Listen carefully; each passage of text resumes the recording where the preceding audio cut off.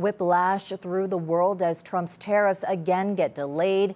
What does that mean here and in Canada, and more importantly, right here across Windsor, Essex, where impacts have already been felt? Let's have CTV's Sanjay Maru unpack this all for us. And Sanjay, any changes on the auto lines? Well, Stephanie, the short answer is no. Workers at Windsor Assembly remain off the line and are not currently scheduled to come back to work until April 21st. This despite yet another turbulent day related to Donald Trump's imposition of tariffs. More on that in a moment. But here at home, the federal government says workers at Windsor Assembly can breathe a sigh of relief, though they and the union representing workers say there's still a lot to unpack before that can happen. What would normally be a parking lot filled to capacity with cars now sits uncharacteristically empty. Auto workers at the Stellantis Windsor Assembly Plant are holding on to hope that the tariff-driven shutdown, currently scheduled to last 2 weeks, will not be extended. You're just doing your best every day, and something like this happens. It's going to rock your boat a little bit. This week, some reassurance from the Canadian government. I heard that there is every intention to come back on April 21st as scheduled.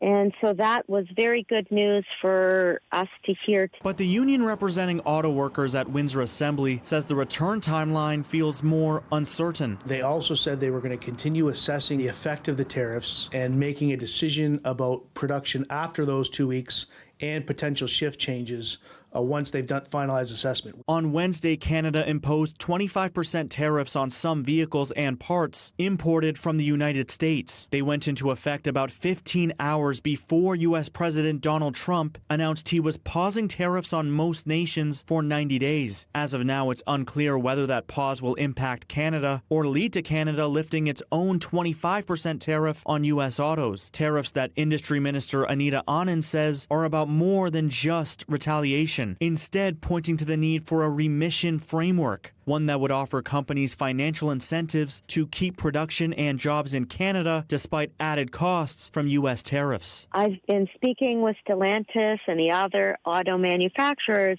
to take their feedback, because we got to get this right. We have to save as many jobs as possible. But union leaders say even if workers return in 2 weeks, Stellantis has warned that more changes could be coming to production schedules. What does that mean? We don't know.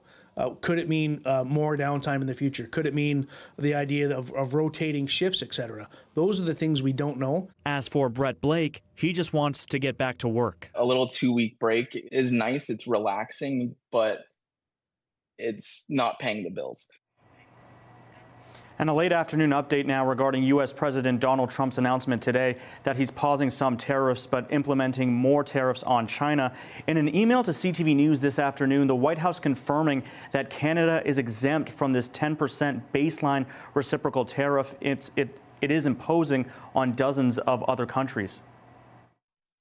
When you punch at the United States of America, President Trump is going to punch back harder. In that same vein, we have had more than 75 countries from around the world reach out to President Trump and his team here at the White House to negotiate better trade deals for the American worker. We have been overwhelmed with the amount of requests from countries around the world. I'll let the Secretary speak to that.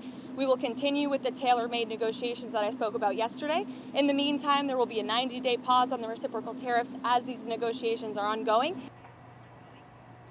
And the U.S. Treasury Secretary says that drop to 10% tariffs over 90 days includes Mexico. Global markets have since soared since Trump made the announcement on Truth Social.